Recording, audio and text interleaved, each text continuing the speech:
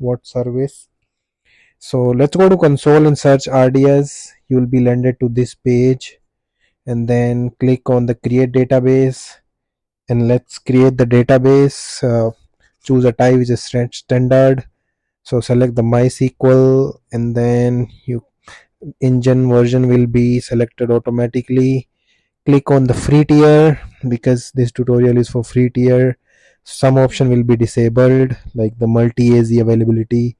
Give the name database1, username admin, give some password.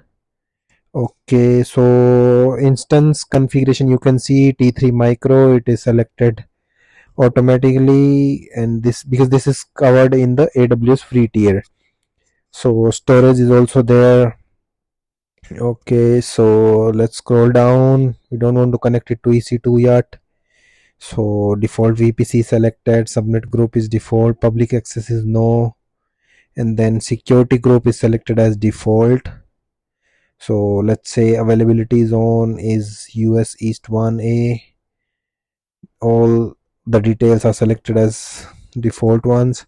Tags are optional. Authentication we're gonna choose as password authentication, which is selected already. So this is the cost information which will be after 750 hours after your free tier.